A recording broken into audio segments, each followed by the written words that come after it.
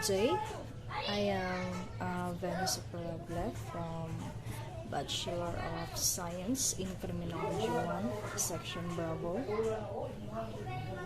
Today, I will be going to discuss about the distinction and purpose of institutional and non-institutional corrections. So, what is corrections? So, corrections refers to the means of correcting an individual by placing him in a prison or jail for his treatment until he is ready for his reintegration into the community. So, as fourth pillar in our criminal justice system, corrections are responsible to take custody, it reform and rehabilitate an offender or non-institutional corrections. So, prison also refer to the penal establishment under the control of the Bureau of Corrections and shall include the New Bilibid prisons and other correctional institutions. So, what is institutional corrections? So, institutional corrections also refers to those persons housed in secure. So, correctional facilities include jail. It is also defined as a place of confinement for inmates under investigation. So, or undergoing trial or serving short-term sentences. So, what are the institutional corrections here in the Philippines? So, first we have the New Bilibid prison. Second is Davao Prison and Penal Farm. So, third, we have the Cebu Provincial Detention and Rehabilitation Center or CPDRC. And fourth, we have Correctional Institution for Women. Fifth, we have the Awaiting Prison and Penal Farm. And sixth, we have the South Cotabato Rehabilitation and Detention Center. And last, we have the Manila City Jail. So, what is non-institutional corrections? So, non-institutional corrections refer to that method of correcting sentenced offenders without having to go to prison. So, institutional corrections are private organizations that are established by a government for the purpose of following and restoring any violations that happen with those who work for them. So, non-institutional corrections refer to that method of correcting sentenced offenders without having to go to prison. So, institutional corrections are private organizations that are established by a government for the purpose of following and restoring any violations that happen with those who work for them. So, non-institutional correction or release on recognizance law provides for the community-based approach. So, it refers to release of offenders charged with an offense, correctional activities that may take place whose penalty is not more than 6 months within the community or the method of or fine of 2,000. So, what are the differences between institutional and non-institutional corrections?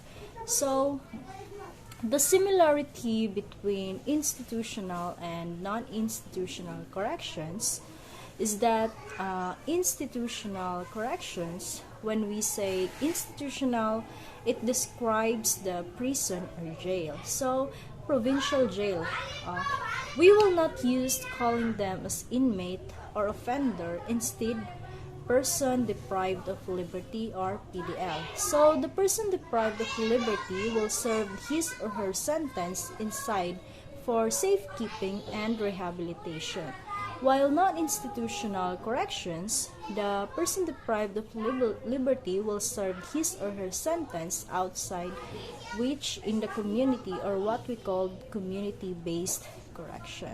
So non-institutional corrections contains probation, parole, and pardon, which the person deprived of liberty can apply depends how heavy and light the crime committed by the PDL. So when we say probation, the grant authorities, the court or judge, the PDL can apply 6 years below for imprisonment. Parole, grant by the BPP board, pardon and parole, you can apply if the PDL served the minimum sentence, and the pardon, which is granted by the president. So examples of institutions corrections, we have prison, jail, which secure correctional facility for non-institutional corrections. So Board of Pardons and Parole was established by Article number 4103 as modified. The law's goal is to elevate and redeem precious human material for economic use while also preventing unwarranted and disproportionate restriction of personal liberty. So the accused is tried under the law and the rules of court, and after the trial, he is condemned and the decision is final and executory. So in the time for appeal has passed, he must fulfill his sentence. There are offenses that do not require imprisonment under the revised penal code as amended.